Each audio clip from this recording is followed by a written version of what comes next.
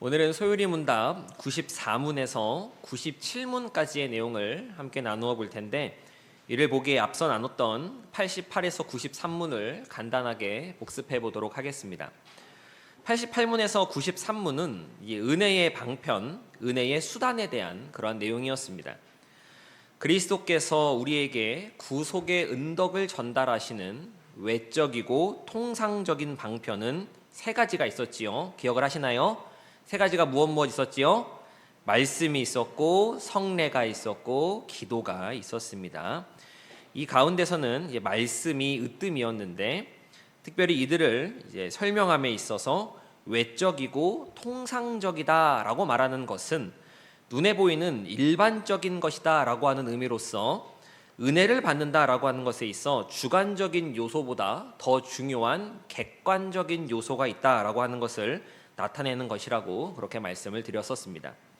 이후 말씀에 대해서 나누었고 또 성례에 대한 서론을 나누었는데, 우리는 말씀에 주의를 기울이며 말씀의 자리에 참석하고 성례를 지켜 행함으로 우리에게 주신 이 은혜의 방편들을 힘써 부지런히 행해야 한다는 것을 살펴보았습니다.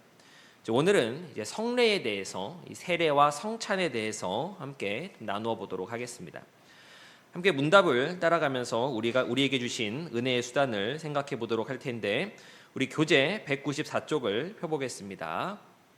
94문입니다. 94문 읽습니다. 세례가 무엇입니까? 세례는 성부와 성자와 성령의 이름으로 물로써 짓는 생례인데, 그리스도에게 접붙여짐과 은혜 언약의 모든 은덕에 참여함과 우리가 주님의 소유가 되기로 약속함을 표하며 인치는 것입니다. 우리 단문에 표시를 해보겠습니다. 먼저 네모 표시를 해보겠습니다. 세례가 무엇인가 라고 하면, 세례는 성부와 성자와 성령의 이름으로 물로써 씻는 성례입니다. 성부와 성자와 성령의 이름으로 물로써 씻는 성례, 여기에 네모를 쳐주시면 좋겠습니다. 그럼 이 성례에는 어떤 의미가 내포되어 있는가라고 하면, 이번에는 밑줄을 그어볼 텐데, 먼저 그리스도에게 접붙여짐, 여기에 밑줄을 그어주시고 그리스도에게 접붙여짐, 그리고 은혜 언약의 모든 은덕에 참여함, 그리고 우리가 주님의 소유가 되기로 약속함을 표하며 인치는 것, 이러한 이 세 부분에 모두 밑줄을 그어주시면 되겠습니다. 네모가 하나 쳐졌고 세 개의 밑줄이 이제 그어졌지요. 내용을 좀 보도록 하겠습니다. 먼저 세례는 누구의 이름으로 주는 것입니까? 성부와 성자와 성령의 이름으로 라고 그렇게 이야기를 합니다. 성삼위 하나님의 거룩한 이름, 예전에는 이제 거룩한 이름에서 성호라고 이야기를 했지요. 이 성삼위 하나님의 거룩한 이름으로 세례를 줍니다. 마태복음 28장 19절을 보면 예수님께서 승천하시기 전에 아버지와 아들과 성령의 이름으로 세례를 주라 라고 그렇게 말씀하셨습니다. 그걸 그대로 따르는 것입니다. 소율이 문답에서 이를 먼저 밝히고 세례를 시작하는 것은 세례의 근거를 말하고자 함입니다. 세례의 무엇을 말한다고요? 근거를 말하는 것입니다. 성삼위 하나님께서 우리의 구원을 이루셨고, 그 사역에 근거해서, 하나님의 사역에 근거해서 세례를 받는 것이지, 우리가 공로를 세우거나 아니면 내가 훌륭한 사람이라서, 남들보다 더 나은 사람이라서 세례를 받는 것이 아닙니다. 우리는 이러한 세례를 통해 내가 성삼위 하나님께 속했다라고 하는 것을 고백하고 공개적으로 선언하게 됩니다. 한마디로 소속이 달라졌다. 무엇이 달라졌다고요? 소속이 달라졌다라고 하는 것을 공표하는 것입니다. 성삼위 하나님의 성호로, 거룩한 이름으로 우리가 세례를 받는데, 무엇을 통해서 세례를 받습니까? 물을 통해서 받습니다. 무엇을 통해 받는다고요? 물을 통해 받습니다. 물은 일반적으로 정화의 의미, 씻어냄의 의미가 담겨 있습니다. 우리 에스겔 36장 25절 말씀 한번 다 같이 읽어보도록 하겠습니다. 시작. 맑은 물을 너희에게 뿌려서 너희로 정결하게 하되 곧 너희 모든 더러운 것에서와 모든 우상 숭배에서 너희를 정결하게 할 것이며 라고 그렇게 이야기합니다. 구약에 그렇게 이야기되어 있는 것이죠. 우리가 지은 죄, 우리가 가지고 있는 더러움은 누가 씻으셨습니까? 예수님께서 씻으셨습니다. 그분으로 말미암아 우리의 더러운 죄악이 씻어지고 정결하며 깨끗한 사람이 되는 것입니다. 씻김의 의미로서 세례가 주어지는 것이고 이 세례의 수단이 되는 것은 이 물이라고 그렇게 할 수 있겠습니다.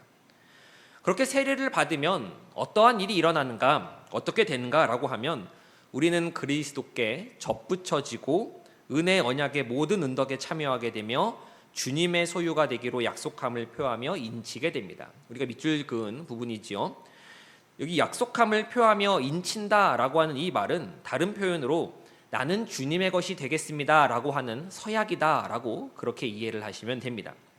이 셋 다 너무 중요한 말들인데 특별히 이 그리스도께 접붙여진다라고 하는 것을 우리가 주의 깊게 봐야 합니다. 그리스도께 어떻게 된다고요? 접붙여진다라고 하는 것이죠. 접붙인다라고 하는 이 말은 뿌리가 있는 것과 뿌리에서 단절된 것을 붙이는 것입니다. 뿌리에서 단절된 것은 생명력이 없습니다. 조금은 살아있다라고 해도 사실 죽은 것이나 다름이 없지요. 그러나 이것이 접붙여짐을 통해서 생명이 연결되고 살아나며 자라게 됩니다. 그리고 더 나아가서 이 접붙여진 가지에서 열매도 맺게 됩니다.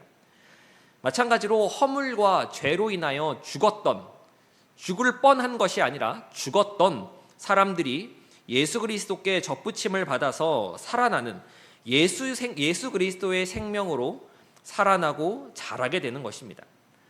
하나님의 택한 백성들은 성부와 성자와 성령의 사역을 통해서 예수 그리스도께 접붙임이 되는데 세례 의식은 이를 나타내는 것이다 라고 하는 것이죠. 그래서 세례 받는 것을 보면 그리스도께 접붙여지는 것이다 라고 생각하는 것이 이해에 도움이 되겠습니다. 그리고 신자는 끊임없이 그리스도로부터 이 수액과 영양분을 공급받습니다. 나는 나로서 죽은 자지만 그리스도에게 의존하여 그리스도를 힘입어서 살아간다라는 말입니다. 이게 바로 접붙임의 의미입니다. 우리가 고백하는 것처럼 주님 주시는 힘으로 삽니다. 주님 주시는 능력으로 삽니다. 주님 주시는 은혜로 살아갑니다. 라고 말하는 것은 내가 예수 그리스도께 접붙여졌기에 주님의 은혜가 나에게로 흘러들어오는 것입니다. 그리고 그렇게 됨으로써 은혜 언약의 모든 은덕에 참여하게 되는 것이고 주님의 소유가 됨을 인치고 확인하게 되는 것이지요. 세례를 통하여 그리스도와 연합한 자가 되어 그리스도의 죽으심 안에서 내가 죽었고 그리스도의 부활하심 안에 내가 살았다라고 하는 것을 예수 그리스도와 한몸 공동체다라고 하는 것을 선언하는 것입니다. 그렇게 세례는 우리 안에서 계속적으로 은혜의 수단으로 일합니다. 세례는 평생에 한 번을 받지만 한 번 받고 나면 끝, 다시는 기억할 필요가 없다 이것이 아니라 세례 받았다라는 이 사실을 기억하며 우리 안에서 하나님의 은혜의 역사가 계속해서 일어나고 있는 것입니다. 이렇게 세례의 바른 의미를 기억하는 저와 성도님들이 되시기를 간절히 소망합니다. 자, 그럼 이렇게 세례가 좋은 것이니 접붙여짐을 통해 생명력이 있고 살아나게 되었으니 아무에게나 마구 주면 되는 것일까요? 그렇지 않습니다. 세례의 대상이 있습니다. 세례에 무엇이 있다고요? 대상이 있습니다. 우리 한 장 넘기셔서 우리 95문 함께 읽어보도록 하겠습니다. 95문입니다. 누구에게 세례를 베풀어야 합니까? 세례는 그리스도에 대한 교회 밖에 있는 어느 누구에게도 베풀어서는 안 됩니다. 그러나 유형 교회의 회원들의 유아들은 세례를 받아야 합니다. 밑줄을 먼저 그어 보겠습니다. 이 답의 시작인 세례는에서 베풀어서는 안 됩니다. 여기까지 길게 한번 그어 보도록 하겠습니다. 세례는 그리스도에 대한 믿음과 순종을 고백할 때까지 유형교회 밖에 있는 어느 누구에게도 베풀어서는 안 됩니다. 여기에 모두 밑줄을 그어 보겠습니다.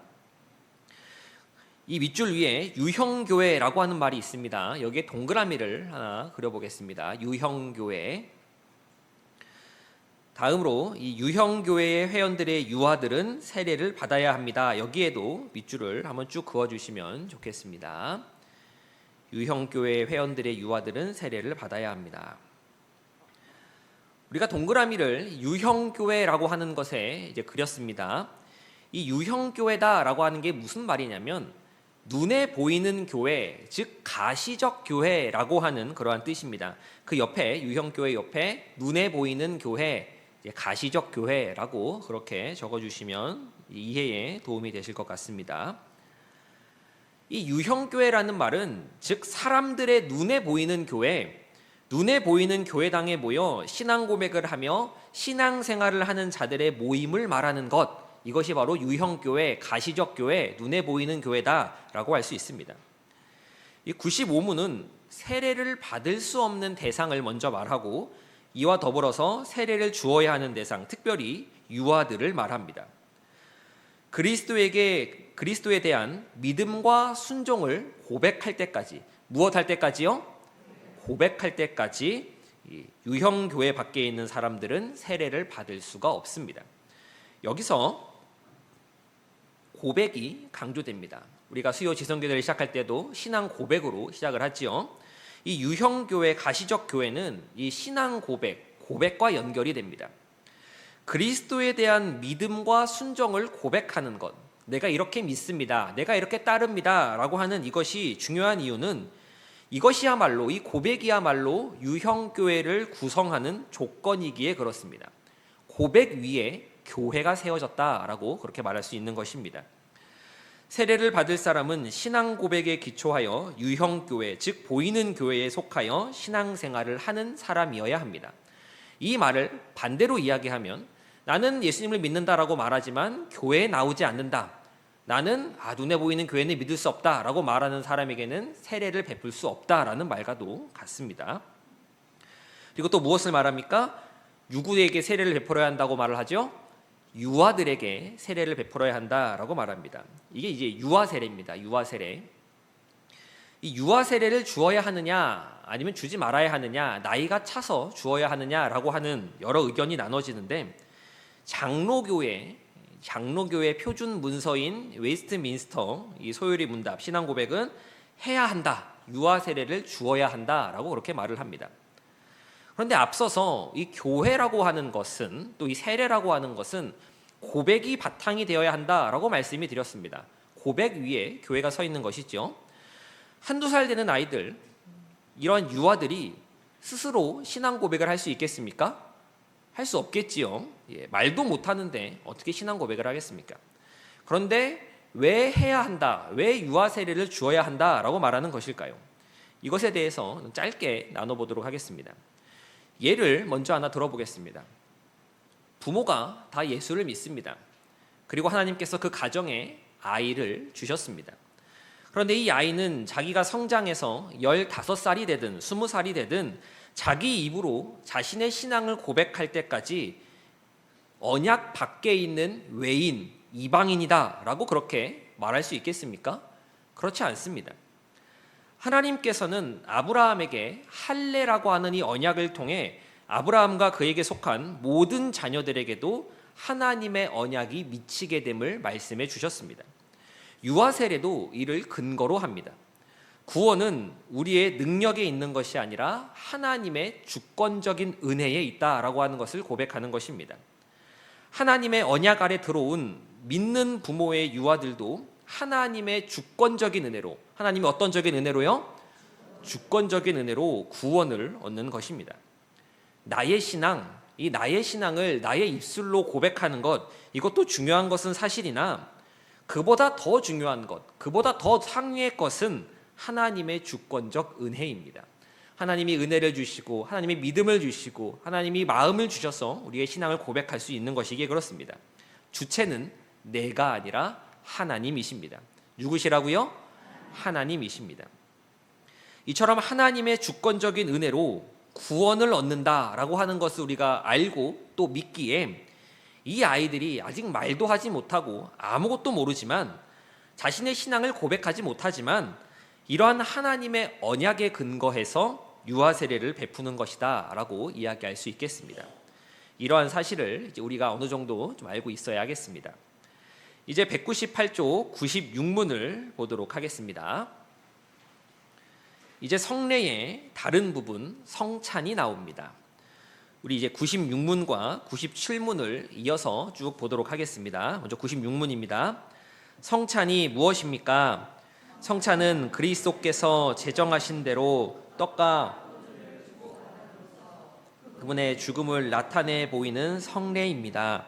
이 성례를 합당하게 받는 자는 육체적이고 물질적인 방법으로서가 아니라 믿음으로써 그분의 몸과 피에 참여하는 자가 되어 모든 은덕과 영적 양식을 받아 은혜 안에서 성장합니다. 우리 96문에 좀 표시를 해보겠습니다. 그리스도께서 제정하신 대로, 여기에 먼저 네모를 그려주시면 좋겠습니다. 그리스도께서 제정하신 대로. 이후에 떡과 포도주부터 죽음을 나타내 보이는 성례입니다까지 밑줄을 그어주시면 좋겠습니다. 떡과 포도주를 주고받음으로써 그분의 죽음을 나타내 보이는 성례입니다까지 밑줄을 긋습니다.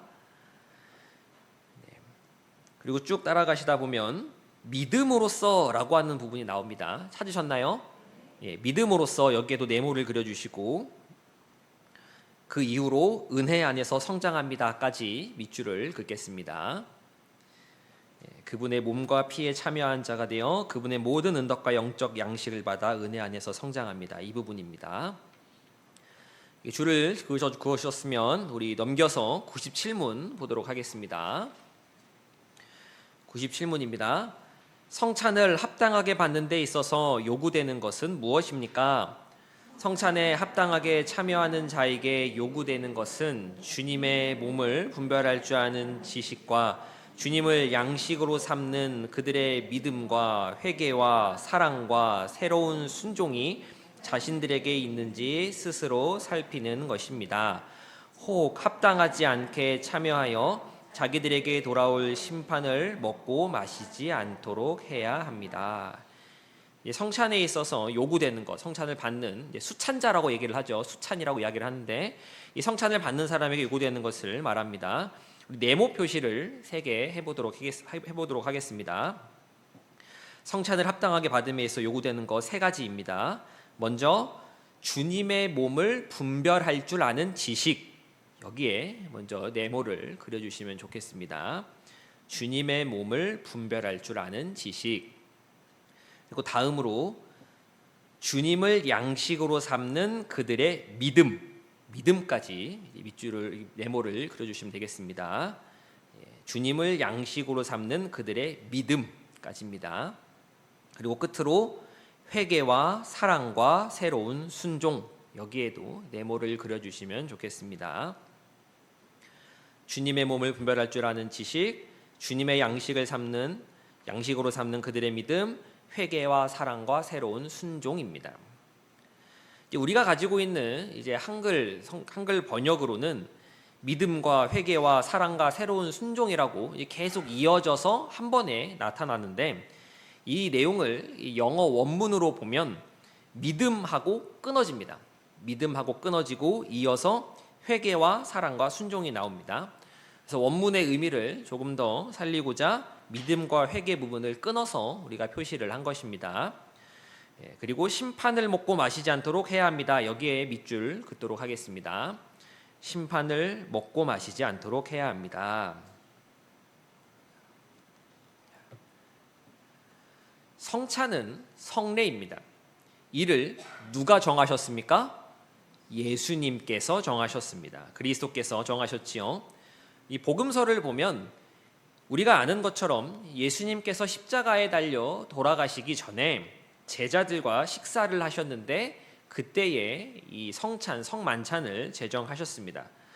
그리고 우리가 또 성찬식을 할 때 많이 읽는 말씀이 이제 고린도전서 11장에 있는 말씀인데, 사도 바울이 고린도전서 11장 23절에서 이렇게 말하며 성찬을 시작합니다. 우리 함께 읽어보도록 하겠습니다. 시작. 내가 너희에게 전한 것은 주께 받은 것이니. 사도 바울은 누구에게 받았다고 말합니까? 주께 받았다라고 그렇게 말을 합니다. 베드로를 통해 알게 되었습니다. 요한을 통해 알았습니다. 그런 식으로 말하지 않습니다. 주께 받았다라고 그렇게 말을 합니다. 사람이 아니라는 이야기인 것이죠. 무슨 의미입니까? 성찬을 하는 것, 이것은 단순한 기독교 전통 정도가 아니다라고 하는 것입니다. 예수님께서 이것을 행해야 한다라고 말씀하신 두 가지 가운데 하나가 이 성찬입니다. 사람이 정한 것이 아니라 예수님께서 제정하신 것. 누가 제정하셨다고요? 예수님이 제정하신 것. 세례와 성찬, 이를 성례, 거룩한 예식으로 삼아서 우리가 지켜오고 있는 것입니다. 성찬의 상징은 떡과 포도주입니다. 그럼 세례의 상징은 무엇일까요? 무엇일 것 같으십니까? 세례의 상징은 물입니다. 물. 성찬의 상징은 떡과 포도주이고 세례의 상징은 물입니다. 이를 표지라고도 말을 하는데, 이것이 의미하는 바는, 상징이 가리키는, 표지가 전하고자 하는 바는 실체가 있다라고 하는 것입니다. 무엇이 있다고요? 실체가 있다라고 하는 것입니다. 세례를 통해 받는 물, 이 물이 가리키는 실체가 있고, 떡이 가리키는 실체가 있고, 포도주가 가리키는 실체가 있습니다. 이 상징과 실체의 관계를 우리가 잘 알고 있어야 합니다. 96문은 성찬을 무엇이라고 했냐면, 떡과 포도주를 통해 그리스도의 죽음을 나타내 보이는 성례라고 말했습니다. 그리스도의 무엇을 나타내 보인다고요? 죽음을 나타내는 것이 나타내는 성례입니다. 그럼 떡과 포도주가 가리키는 실체는 무엇이라고 말할 수 있겠습니까? 그리스도의 죽으심입니다. 그래서 우리는 떡과 잔을 받을 때 그리스도의 죽음을 생각해야 합니다. 무엇을 생각해야 한다고요? 그리스도의 죽음입니다. 그럼 죽음을 생각한다라고 하는 것은 무슨 말이냐? 무엇을 생각한다는 것이냐라고 한다면, 그리스도의 죽으심으로 우리의 죄가 사함을 받고 우리가 구원을 받았으며 우리가 하나님의 자녀가 되었다라고 하는 것을 생각하라는 의미입니다. 죄의 노예가 아니라 하나님의 자녀가 되었다라고 하는 것을 성찬을 통해 우리가 계속 되새김해야 한다라는 이야기입니다. 그렇기에 성찬을 받을 때 죄의 삭스로 죽을 수밖에 없는 나를 은혜로 받아주시는 하나님에 대한 감사와 죄를 끊겠다, 더 이상 죄의 노예로 살아가지 않겠다라고 하는 이러한 결단이 받는 사람에게 요구되고 또 필요하다라고 그렇게 문답이 이야기할 수 있는 것입니다. 죄에 대한 인식 없이는 그리스도의 죽으심을 생각할 수 없고, 내 죄사함이 이루어졌다라는 것을 생각하지 않고서는 우리가 성찬을 받을 수가 없습니다. 그래서 우리가 성찬을 받을 때 그리스도의 죽음을 생각할 수 있어야 하는 것이죠. 그리고 이와 더불어 우리가 놓치지 말아야 하는 것은, 그리스도의 죽음을 나타내는 성례입니다 라고 할 때 죽으심에만 매몰되지 말아야 한다라고 하는 것입니다. 죽으심이다 라고 하는 것은 부활하심과 다시 오심, 부활과 승천과 재림까지 모두 포함하고 있다라고 하는 것을 우리가 생각을 해야 합니다. 죽음을 나타내지만 부활하심과 다시 오심 또한 나타냅니다. 장례식만 하는 것이 아니라, 아이고 예수님 나를 위해 죽으셨네 슬퍼하면서 애통해하는 것으로 끝나는 것이 아니라, 죽으신 주님께서 다시 오셔서 우리와 결혼하시는 결혼식까지, 어린 양의 혼인잔치가 이루어지는 그날까지 우리가 바라볼 수 있어야 한다라고 하는 것입니다. 그래서 성찬은 엄숙하고 차분한 가운데 우리의 마음을 정돈하여 진행이 되지만, 그 안에 감사와 기쁨, 죽으신 주님 부활하셨고 승천하셨고 다시 오셔서 성도들을 구원하실 것이다, 어린 양의 혼인잔치가 이루어질 것이다 라고 하는 그런 부분까지 이어짐을 우리가 놓치지 말아야 합니다. 이렇게 우리가 성찬을 받는데 육체적이고 물질적인 방법이 아니라 믿음으로써 받는다라고 그렇게 소요리 문답은 말합니다. 무엇으로 받는다고요? 믿음으로써 받습니다. 소요리 문답이 이 문구를 집어넣은 것에는 이유가 있습니다. 육체적이고 물질적인 방법이 아니라 믿음으로 받는다라고 하는 이 문구를 집어넣은 이유입니다. 이 성찬의 의미에 대해서 과거부터 여러 주장들이 있었습니다. 카톨릭의 주장이 있었고, 이 종교 개혁자들 사이에서도 루터와 칼빈, 쯔빙글리와 베자 등 이 종교 개혁자들 사이에서도 다르게 성찬의 의미를 해석했습니다.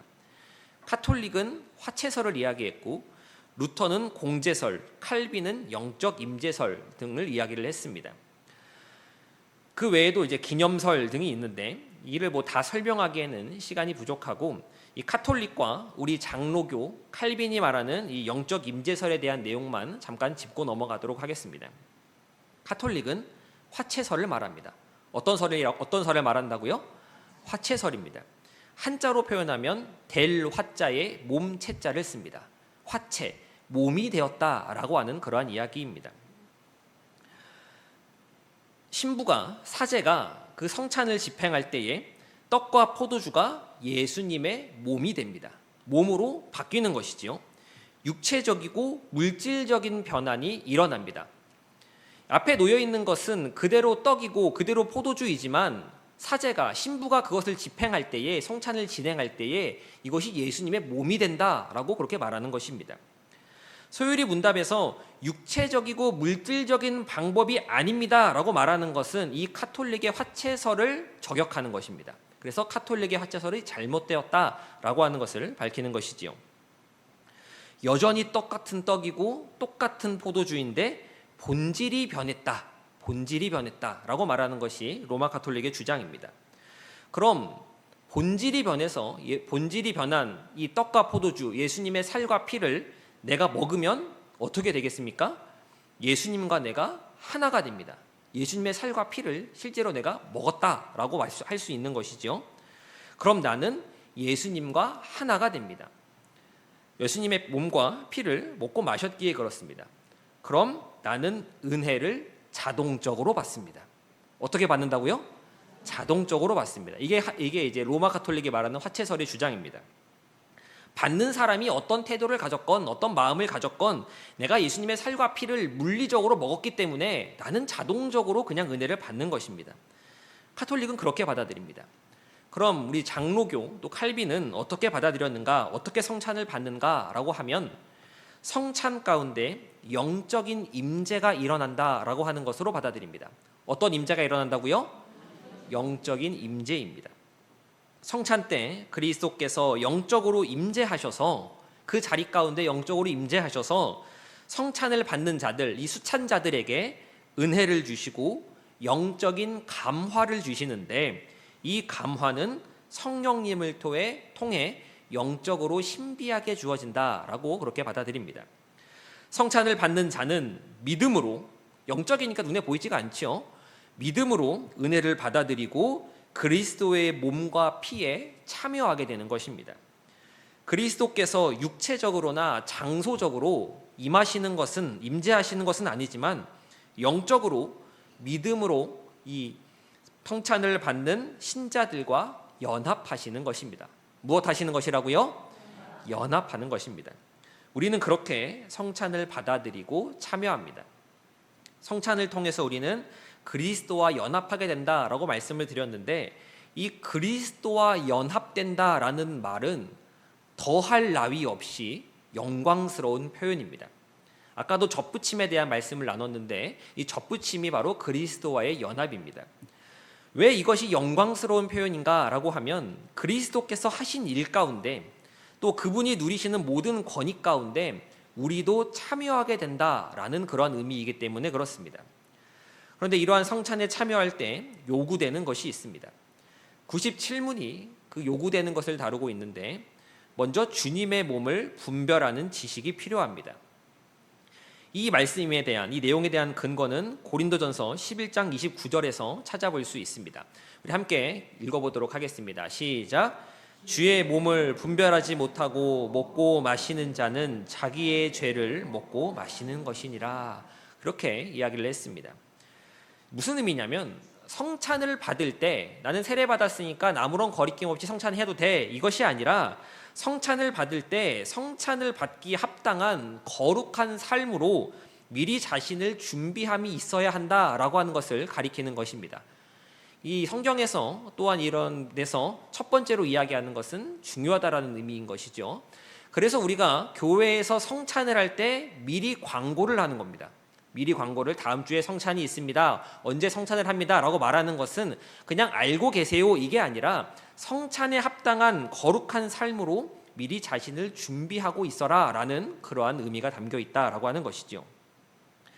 성찬 의식 자체에 어떤 특별하고 신비한 효력이 있는 것이 아닙니다. 받는 이의 믿음과 태도가 중요합니다. 세상에서 마음대로 살고 죄짓고 살면서 교회 안에서 거룩한 척하며 그렇게 살아가는 것은 옳지 않다라는 것이죠. 이러한 의미를 모르고 성찬에 참여하는 것은 자신의 죄를 먹고 마시는 것임을 우리가 분명히 알아야 합니다. 이것이 주님의 몸을 분별하는 지식입니다. 다음으로 주님을 양식으로 삼는 그들의 믿음입니다. 이게 좀 표현이 좀 어색한데 주님을 양식으로 삼는 믿음이라고 생각하시면 됩니다. 주님을 양식으로 삼는 믿음. 주님을 양식으로 삼는다라는 게 어떤 의미인가 하면 그리스도께서 생명의 떡이시다라고 하는 것을 받아들이는 믿음을 가리킵니다. 그리스도께서 생명의 떡으로 사람이 떡으로만 사는 것이 아니라 하나님의 말씀으로 산다라고 하는 이것을 우리가 믿음으로써 성찬에 나아가야 한다라는 것을 의미하는 것이라고 말할 수 있겠습니다. 그리고 회개와 사랑, 새로운 순종이 있습니다. 이것은 자신의 죄인됨과 하나님의 절대적 필요성을 아는 것이며 오직 예수 그리스도의 피로서만 죄 씻음 받음을 아는 것이고 죄에서 돌이켜서 회개의 삶을 살아가는 것입니다. 즉 첫 번째와 세 번째, 첫 번째, 두 번째, 세 번째 모두가 성찬을 받을 때 우리가 세상을 살아가는 삶의 태도가 준비되어야 한다라고 하는 것을 계속해서 강조하고 있는 것입니다. 우리의 생각과 말과 행동이 그리고 이를 바탕으로 이루어지는 우리의 하루하루의 삶이 준비되어야 한다라고 하는 것을 성찬은 요구하고 필요로 하고 있다라고 하는 것입니다. 우리가 그렇게 성찬에 합당한 삶을 살기 위해 말씀에 순종하고 주님의 몸을 분별하며 살아가면 어떻게 될까요? 은혜를 받게 되는 겁니다. 성찬을 준비하면서 은혜를 받고 성찬을 받으면서 은혜를 받고 성찬 받고 나서 세상을 살아가면서 또 은혜를 받게 되는 그러한 은혜의 방편이 되는 것입니다. 성찬은 하나님께서 우리에게 주신 은혜의 방편이지만 아무렇게나 그냥 해도 되는 것이 아님을 우리가 분명히 알아야 하겠습니다. 이제 내용을 정리하겠습니다. 오늘은 소율이 문답 94문에서 97문까지의 내용을 살펴보았습니다. 은혜의 방편으로서 이 성례에 대해서, 세례와 성찬에 대해서 함께 나누었습니다. 성례는 보이는 말씀입니다. 어떤 말씀이라고요? 보이는 말씀입니다. 상징이라고 하는 것을 통해, 표지라고 하는 것을 통해 보여주고 그러함으로써 우리의 믿음을 강화시켜 줍니다. 이러한 성례는 사람이 만들고 이어서 내려오는 것이 아니라 그리스도께서, 예수 그리스도께서 제정하신 것입니다. 그렇기에 소중하고 힘써 지켜야 하는 것이지만 자칫 잘못하여 예식 자체에만 집중하며 믿음과 삶에 소홀히 하지 않도록 나는 세례 받았으니 막 살아도 된다. 성찬은 1년에 몇 번 없으니까 뭐 그때만 하면 된다. 라는 식으로 살지 않도록 주의하고 조심해야 합니다. 이 예식을 통해, 이 상징과 표지를 통해 가리키는 실체를 바로 보고 바로 아는 우리의 신앙생활이 되어야 할 줄 믿습니다. 그렇게 은혜의 방편을 통하여 주님이 주시는 은혜를 충만히 누리시는 저와 성도님들의 삶이 되시기를 간절히 소망합니다.